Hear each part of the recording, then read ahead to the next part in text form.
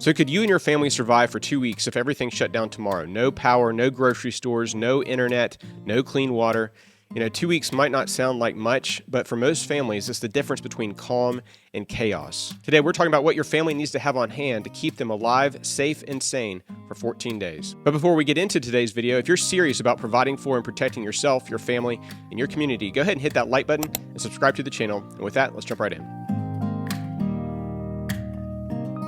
So the first thing to have on hand is water. Water might be the most important survival need. You can go a few weeks without food, but only a few days without water. And my recommendation is to have at least 1 gallon of clean, drinkable water per person in your family. And so a recommendation here is to get some kind of purification, water purification or filtration system. And I'll drop links for some stuff down below. But like a Big Berkey or something like that, that's large enough to accommodate a family, or even Life Straws, that kind of thing. But all of those would be very important to get clean, drinkable water. I wouldn't necessarily just rely on a rain catchment system unless you can also purify or filter that water. But this is a very important piece that sometimes I think people overlook. They'll go buy all kinds of gear and other kinds of preps to help them survive, but they forget the most basic need, and that is water. And in addition to clean, drinkable water, you also want to make sure you have water for pets, also for hygiene, that kind of thing. So it's not just for drinking. There's other uses for cooking, other uses for water that you need to think about. So the second thing to have on hand is food. And I would recommend nutrient-dense, easy to prepare, and shelf-stable food. And I'll recommend too, having a first in, first out method to your preparation. Because if you are rotating your food, which I recommend doing, then the food that you put in there first in your storage, wherever that is, then you need to also use that first so you're rotating that food and it doesn't go bad. But I would highly recommend maybe companies like Mountain House or Augustin Farms, something like that. They're both sponsors of this channel because they have a shelf life of up to 30 years. And I usually just write on those containers the date that I received them, and that way I just know very quickly, what those dates are when I put them into the storage. Most of those are easy to prepare. I mean, just adding water typically for those kinds of meals. But you need to make sure you have enough food for every person in your family. My recommendation actually is 6 months. We're talking about 2 weeks right now. But if you couldn't get to the grocery store, what do you have in your pantry?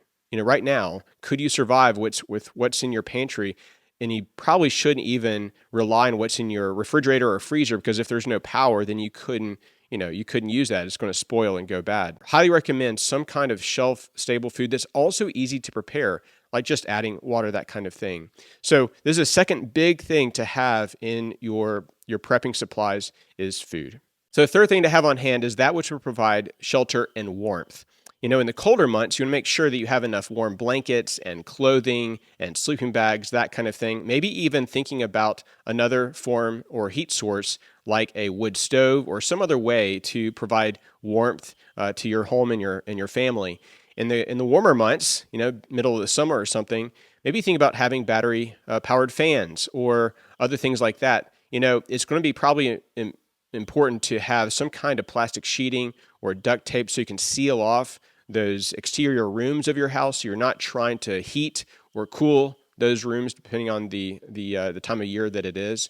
But certainly this is a big area. If you don't have power for 2 weeks, you still need to keep your family warm in the winter months or cool in the summer months. So the fourth thing I recommend having on hand is power and light. When the lights go out, so does modern life. And so to be able to have some kind of power source, highly recommend having like a whole home generator, or even a portable generator that you can hook up essential items. Maybe even just to keep your refrigerator cold or freezer cold, something like that. Keep the fans on. All of that is going to be very, very important. Maybe even having some kind of electric generator or power source, power bank, like EcoFlow. I'll actually drop some links for some things I recommend down below. But having those kinds of power sources are going to be very, very important for a wide variety of things, even charging cell phones and charging other smaller devices in your home. All of that's going to be really important if the power goes out. And so you're going to need to survive, also thrive during a 2-week outage in a survival situation. So a fifth thing to have on hand is emergency communications. I just mentioned cell phones, but what if the cell towers are down? What if there's no generators that could power those cell towers? This happened in Hurricane Helene not too long ago. And when that happened, all the generators that backed up those cell towers, they all went down and people could not communicate. And so in this, I highly recommend having at least two-way radios, walkie-talkies, just for short-range communication, but also longer-range communication, whether that's just a CB. I know that's not too long of a range, but at least it's a little bit better, CB radio, or maybe even better, ham radio, something like that. All of those would be really important to have. Now, of course, with ham radios, you got to have a license for that. But in a true life or death emergency, you can still use a ham radio legally. So this is something important. And I maybe even think about like a satellite phone or a satellite communicator. I've got videos on those as well. Again, I'll drop things down below. But emergency communications, because if you are stuck in one location, you still need to get the word out or to people or to communicate to other people, or at least receive information. If you can't transmit, at least receive information. Having like one of those crank up radios that you can tune in to see, hey, what's going on in the world. Something like that is going to be really, really vital if the grid goes down and there's no power, to at least still have some way to communicate with others. So the sixth thing to have on hand is first aid and medical supplies. You know, this idea that if something did happen and there's no power, no grocery stores, there's chaos maybe for 2 weeks or longer, then maybe someone's going to get hurt. Maybe you're trying to do some projects and something happens and you cut yourself, or you're using a chainsaw and you hurt yourself, something like that. But having a good, I'm talking about really good, high quality medical kit for your family. If you have a family, if you're by yourself, then just an IFAK, an individual first aid kit. But certainly, like it's something like an MFAK would be really, really helpful. Highly recommend MyMedic. I'll drop a link for them down below. But MyMedic has great pro MFAKs, multi-purpose and multi-person first aid kits. And they're going to have everything from things like tourniquets and chest seals, obviously things to deal with blood, burns, all of that. And so this is going to be really, really important. And I think for a lot of people, they've got a little thing of Band-Aids maybe at home, but you need to think about something more than that. Do you have things to for splints? Do you have things to help in case there's a major wound like tourniquets, something like that? So highly recommend thinking about those medical supplies. Also, if you're on prescription medications, make sure you have enough of that. Hygiene supplies, I'm going to kind of group all of that in this category here as well.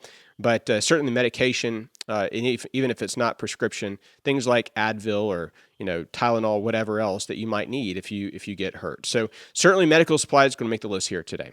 So could you and your family really survive for 2 weeks? Most people can't, but you can change that starting today. And begin small.